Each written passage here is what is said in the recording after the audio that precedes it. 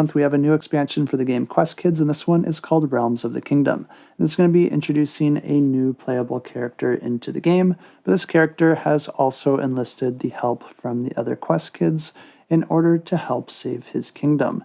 In order to do that, players are going to have to collect the 4 different gems from 4 different realms, and this expansion introduces a bunch of different portals that players will be able to utilize in order to help them jump between those different realms. There's going to be a dragon realm, a pirate's realm, a magical creatures realm, and then of course your standard realm.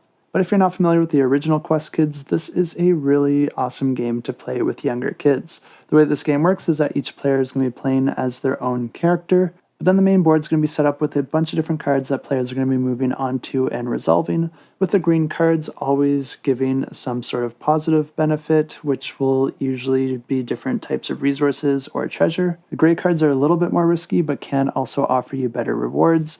And then, of course, the red cards will offer you the best rewards, but are also the most difficult monsters to battle. Whenever you do uncover a monster, you're going to have to discard the resources matching the icons on that card.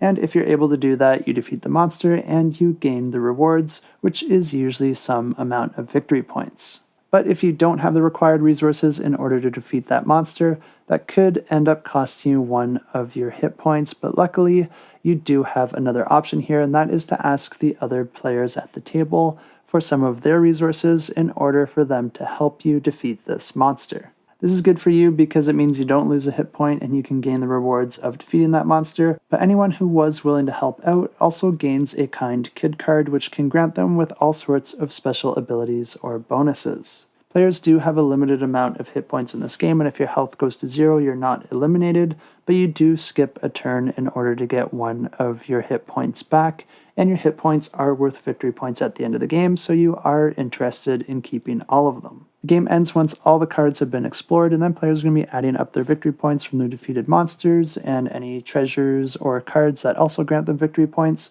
And then finally, each player would have had a quest given to them at the start of the game, and if they were able to also complete that, then they would gain those victory points as well. And it's the player with the most victory points at that point that wins the game.